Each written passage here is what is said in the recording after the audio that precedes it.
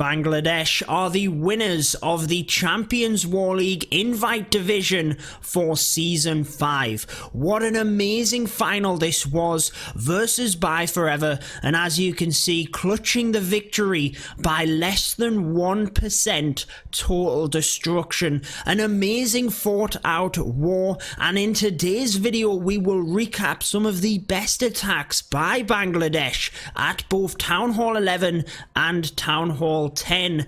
Let's get into it.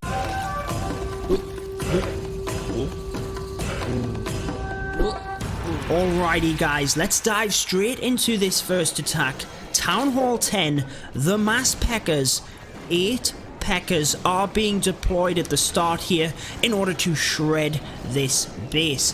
Now I just want to say a massive thank you to Bangladesh for inviting me to do this recap video. Obviously GG to the Tigers on getting the victory. Massive congratulations to them. First time around in the Invite Division, coming up in the final against the fierce competitors of ByeForever. Obviously I am part of the ByeForever family in that of Toxic Rabbit, so GG to the family clan. I was supporting them all the way, but the Tigers get it done on this one. And if you are interested in checking out their Twitter, be sure to check out the description of this video.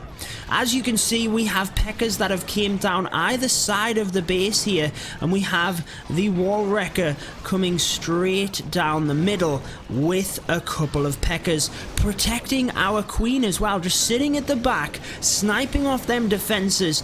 And look at how far the Wall Wrecker gets through this base, all of the way through. A heal and a rage is deployed right there as they pop out, and it is bowlers which are going to get fantastic value towards the end of the raid here, bouncing across the gold storages, taking out the Teslas. But as we get down to it guys, there are Pekkas coming from each and every angle, there are bowlers coming through the base, the king is there, the queen has the ability. This one was crushed, and I really wanted to start out the video with this one because mass Pekkas, you don't see it very often. If you are new to the channel, be sure to subscribe for all of my Clash of Clans videos and hit the notification bell as well in order to be notified when any of my videos or my live streams get produced. Moving on up to Town Hall 11. It was really the Town Hall 10 and 11s which gained the 3 stars in this war. No Town Hall 12v12 triples in fact, so that is how percentage decided this war. Now I really wanted to show you this attack again. I've gone through all of them and hand selected some of the best attacks, but I feel like this one, whilst complexed, kept it rather simple as well. So you can see one baby dragon to the left, one to the right, sets the funnel for our stone slammer coming straight through the base here. Now after it takes down the cannon, that will also mean that we've created pathing for our heroes to get straight into the base here. And as you can see, the enemy queen will go down here, the enemy CC troops will go down, and we also have a multi-inferno, which is not good for the LavaLoon attack, which if you check out the troops at the bottom of the base, you can see that is what we're going to be using. So the king and queen continue to do a good job here. They take out the eagle artillery, they take out the multi-inferno. Queen is then going to redirect down here and hopefully take out a couple of these defenses as well. She will get the sweeper at the top, although it won't really matter too much. What we do want to do at this point, you can see wizard tower, and multi-inferno down the bottom coming in with a wide spread of that LavaLoon in order to circle that splash damage early on and take that out.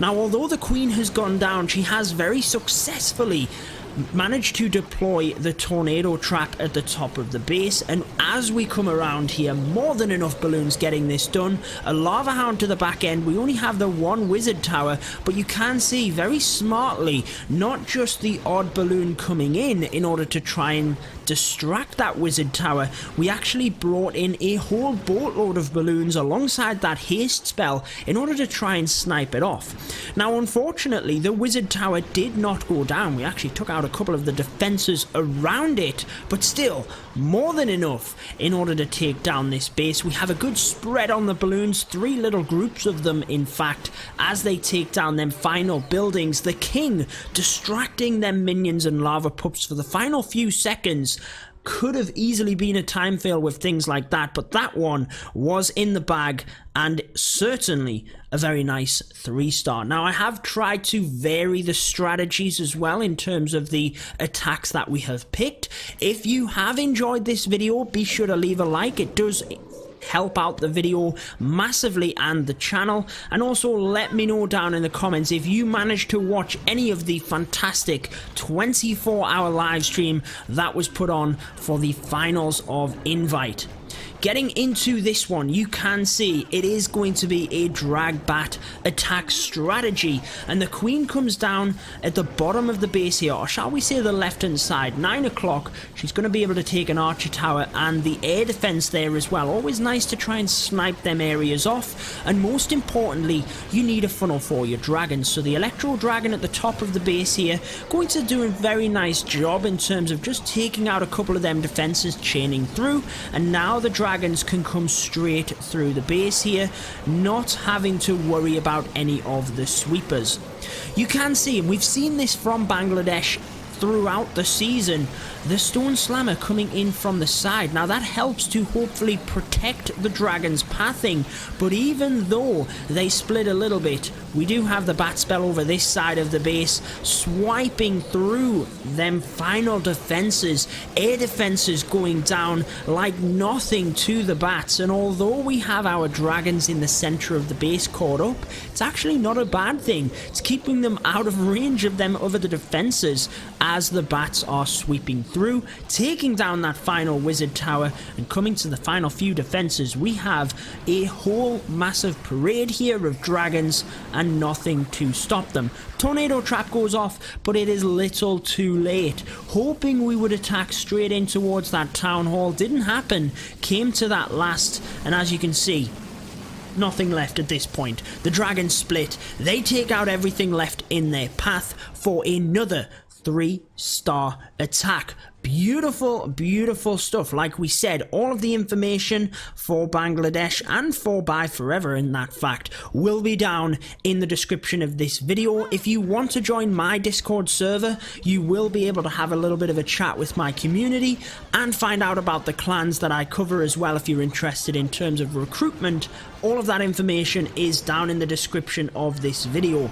But getting into the next attack, I've mentioned this very recently in my videos, particularly around the minor attacks. You can see minions on the opposite side of the base here and an archer after we've sniped out that one building. Now what that allows us to do is, whilst we have a lot of time, we're starting the attack from the opposite side of the base. We can snipe out a lot of them trash buildings on the outside, and whilst it does help with time, it actually focuses the miners into the base itself, onto the defenses.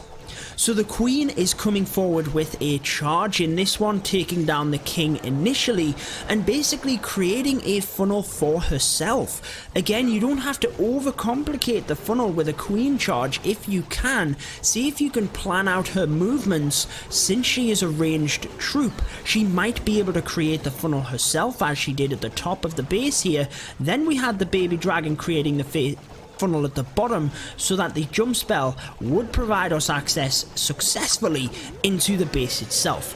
Multi-Inferno goes down, but at Town Hall 11, in terms of them minor attacks, probably more importantly is the Eagle Artillery. So you can see that the Queen has got access to that, alongside the CC troops. If we do have an Ice Golem in there, which we do in this one, you're going to have to pay attention to that, because the miners, if they are frozen whilst they are taking damage from splash, can easily take a lot of damage.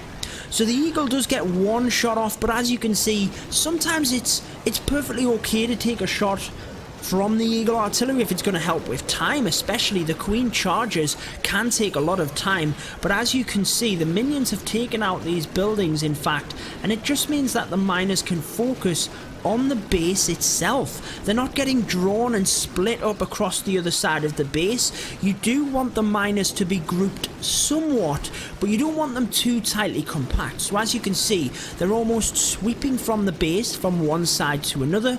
That is pretty much what you want, but within the base itself, so they can target on the defenses. If they continue to just split up and split up, it means they're not quite protecting each other.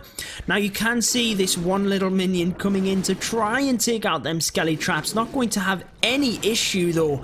Our queen and the healers are already down, and we have so many miners left to take out that final building. Another 3-star in the bag. Beautiful, beautiful stuff. So if we move on down to Town Hall 10, we have 3 of the best and varied Town Hall 10 attacks for you. First of all, we have the Mass Hog Rider.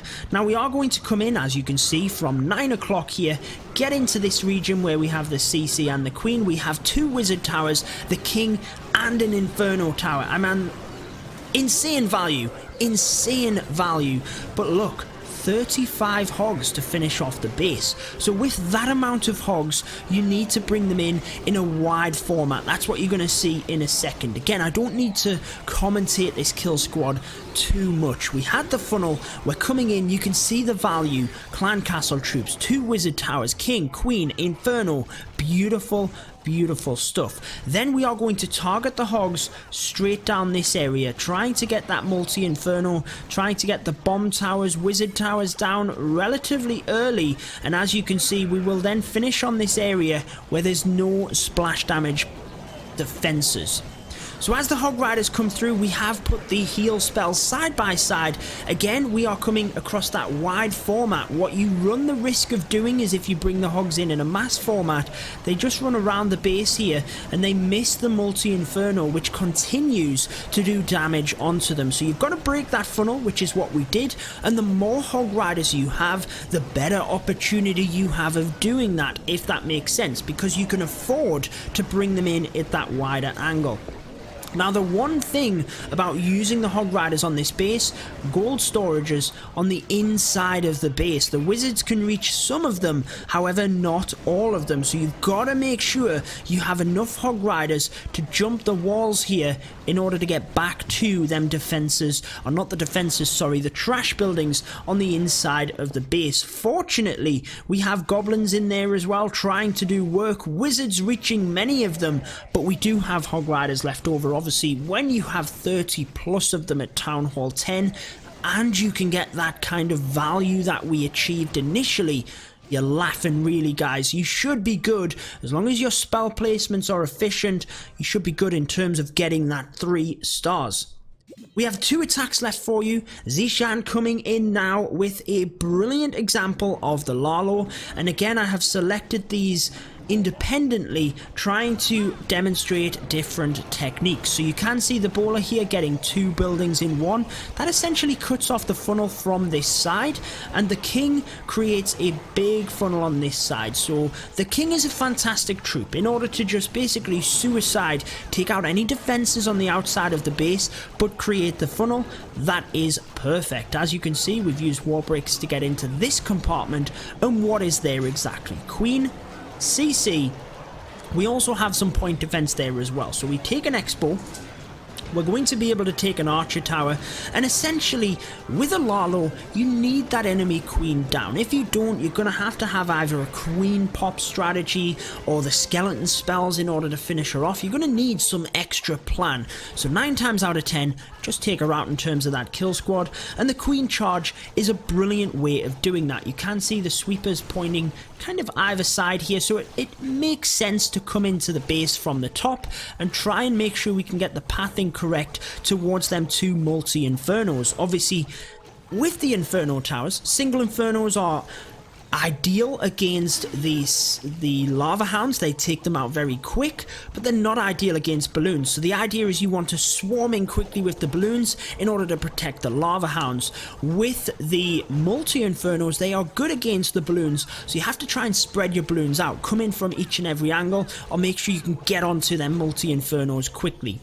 Now Zishan does a fantastic job here using that jump spell to get the queen into the center of the base so that she can start to reach many of these splash damage defenses and essentially control the pathing of the loons.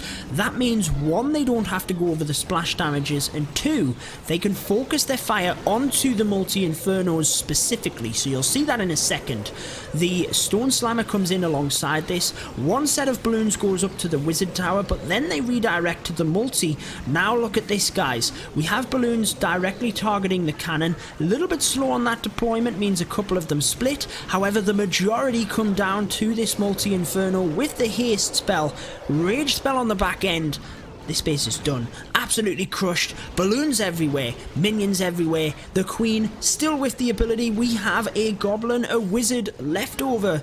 In terms of just bonus cleanup troops, so many troops coming around the base here. A fantastic 3-star attack.